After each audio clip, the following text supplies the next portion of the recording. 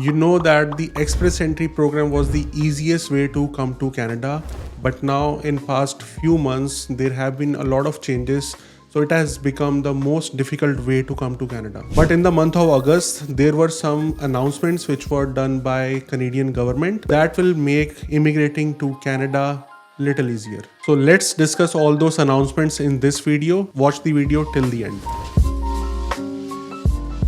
As I mentioned that the Express Entry program was the easiest way to move to Canada, but in few months there have been a lot of changes, like they have started doing stream based draws, which is like doing a draw for particular labor market, particular NOC codes, which is let's say for welders, plumbers or truck drivers. And earlier the Express Entry draw used to be combined for all the NOC codes. So I can give you one example. Let's say if there is a demand for truck drivers and they only want to invite truck drivers, they can do a stream-based Express Entry draw where they will only send the ITS to NOC code which are for truck drivers. Their score might be less than 400 and they will get opportunity to come to Canada. And similarly, if they will need IT professional, they will do a particular stream-based draw for IT professional and they will send ITA to IT professional or similar roles. But the challenge with that is earlier it was combined draw. So truck drivers were not getting opportunity because their score was very low. But with this change, there will be a balance of NOC code who will get invited to Canada because they have the liberty to do the draws as per the demand of the NOC code that they have in Canada. So disadvantage, of course, for IT roles and similar roles, the CRS cutoff will be very high and they might not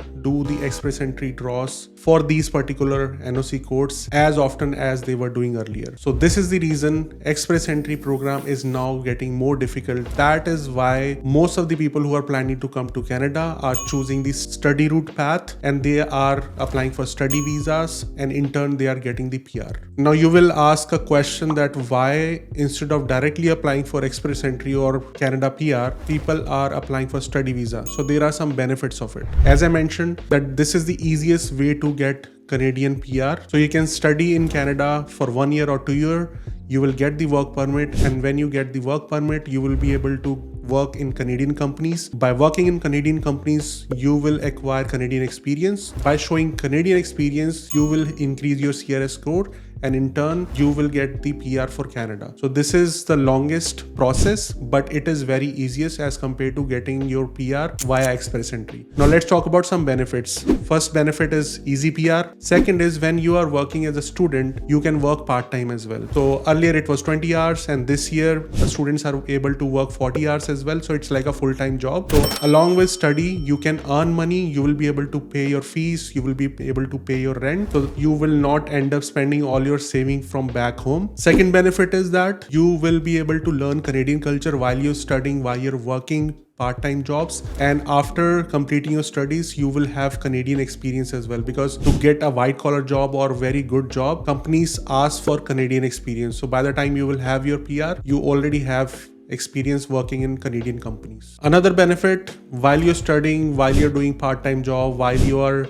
working in work permit, you will have ample of opportunities to do networking. And you know, in Canada, network is your net worth. So by the time you will have your Canadian PR, you will be able to build a strong network which will help you achieve your goals, or you will be able to make good friends. You will be able to find a lot of mentors who will help you grow in your career. Now we talked about the benefits, but let me tell you another thing, which is SDS work stream. So SDS is student direct stream. Most of the people, when they apply for Canadian study visa, they apply through SDS. Chances of your visa getting approved is increased when you apply through SDS. So SDS is just an expedited program for getting your study permit in Canada. There are some criteria to apply in SDS stream. Let's discuss. So first criteria is that you should be residing in one of these countries. Your IELTS score should be valid for 2 years. You should have a proof for valid English language test. Now on this point, I will take a pause and explain it in detail because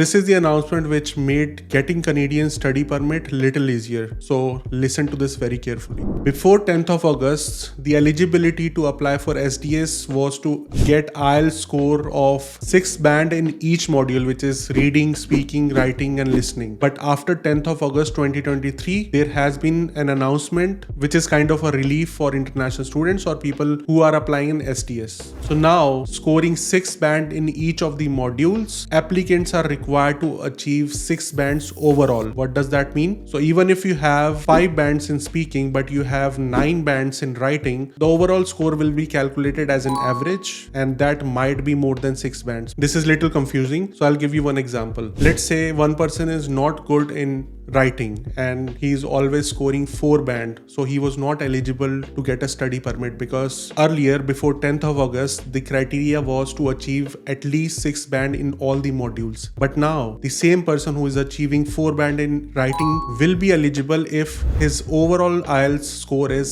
6 or above. How he could have achieved 6 and above? Because in writing he might have achieved 4 and in speaking he might have achieved 8 or 9 band. So the benefit of this change is that actual proficiency of the candidates will come out. If someone is very good in speaking, they will be confident that they will be able to achieve high score in speaking, and they might not be as good in writing compared to speaking. So people will be able to use their skills and achieve high score in IELTS. But there are some online tests as well. So make sure whatever exam you're applying for, it is not an online exam. You have to go in the center and give the exam physically because online proctor based exams will not be accepted. So you have to make a point of that. But here I will talk about IDP IELTS. We trusted it for its high standards, global recognition and user-friendly experience. IELTS has many advantages as the trusted, tested and most recognized test that has been one of the accepted language proficiency test for the SDS program since its inception. This recent change is indeed a positive development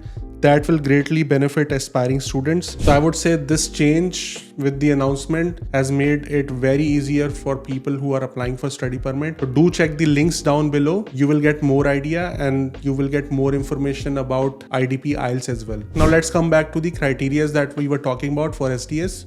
First criteria was English language capability test. Second is the investment of $10,000 for your GIC. Proof of full payment of tuition for the applicant's first year of study. Letter of acceptance from post-secondary DLI. Most recent secondary or post-secondary transcripts. Proof of completion of upfront medical examination. So these were the criteria, and there is another stream which is non-SDS, so we will not talk about that much. Most of the students apply for SDS stream and that is the most easiest way to get your visa approved. Hope this video gave you some insights about what is happening in Canada immigration, what all changes are happening. So they are trying to make it more smooth, more easier for the people who are applying for study permit or express entry as well. So these announcements like overall 6 band and SDS will give you more opportunities to apply for study permit and get it approved. So if you are planning to come to Canada, there are ample of immigration programs, study visa, study programs. Do research about it, apply for them. And for IELTS exam, IDP IELTS will always be our best choice. Link is in the description. Do check out more details about it and good luck for your journey.